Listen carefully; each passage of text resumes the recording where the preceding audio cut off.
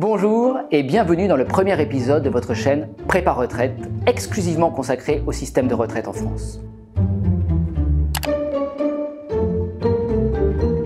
Le mot retraite a de nombreux sens dans la langue française. On parle par exemple de retraite militaire ou de retraite spirituelle. Dans le domaine qui nous intéresse ici, on peut aussi voir deux aspects. D'un côté, le fait de se mettre en retrait de la vie professionnelle, prendre sa retraite.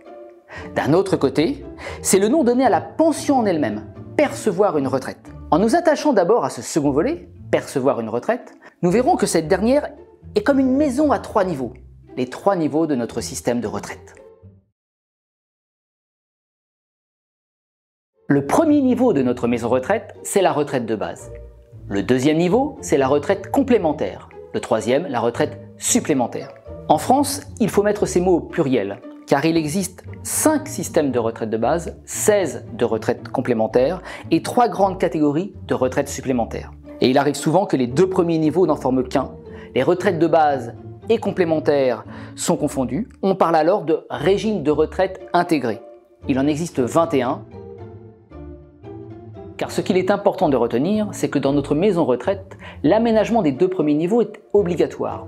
On est obligé de cotiser pour une retraite de base et une retraite complémentaire, ou pour une retraite intégrée si nous en dépendons. Il n'y a que pour l'aménagement des combles sous le toit qu'il n'y a pas d'obligation absolue. C'est-à-dire que la création d'une retraite supplémentaire est facultative. Quel que soit l'aménagement de la maison, avec 2 étages séparés ou un étage intégré, sachez que tous ces régimes sont des régimes par répartition.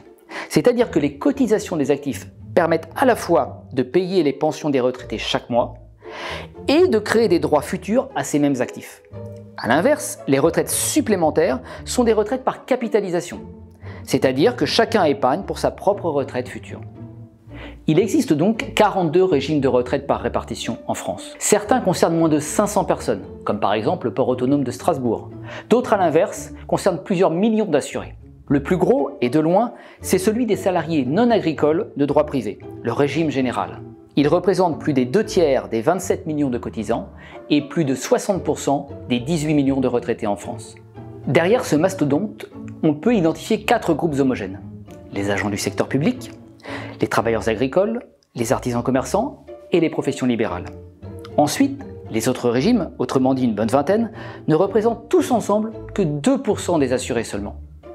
Ce sont de petits régimes, numériquement parlant, mais vous en entendez souvent parler. C'est par exemple ceux de la SNCF, de la RATP, des députés, des sénateurs, de l'Opéra de Paris, des intermittents du spectacle, etc. etc. Pris dans leur ensemble, ces camemberts représentent des sommes colossales, 320 milliards d'euros par an. C'est davantage que les impôts et taxes encaissés par le budget de l'État. Face à de tels montants, on comprend pourquoi il est crucial de disposer d'un système de retraite à l'équilibre. Nous aborderons d'ailleurs la question des déficits dans une très prochaine vidéo. Ah, il est temps de conclure. Voici les 5 choses à retenir de cette vidéo. 1. Le système de retraite français a 3 niveaux. La retraite de base, la retraite complémentaire et la retraite supplémentaire. 2. C'est essentiellement un système par répartition, donc à cotisation obligatoire. Seules les retraites supplémentaires sont par capitalisation et facultatives. 3. Il existe 42 régimes de retraite qui forment une quarantaine de combinaisons des retraites de base et complémentaires pour une population, une entreprise, une profession, un secteur d'activité. 4. La taille de ces régimes est très variable, de quelques milliers d'assurés, notamment pour les régimes spéciaux, à plusieurs millions, le régime général. 5. Ces régimes brassent 320 milliards d'euros par an. Au fil de nos vidéos, nous détaillerons ces niveaux, ces régimes. Mais ces maisons ne se sont pas construites du jour au lendemain. Elles ont une histoire, que je vous raconterai dans notre prochain épisode. Car comme l'écrivait Paul Morand, l'avenir n'est que la suite d'un dialogue entre le présent et le passé. Alors à la semaine prochaine!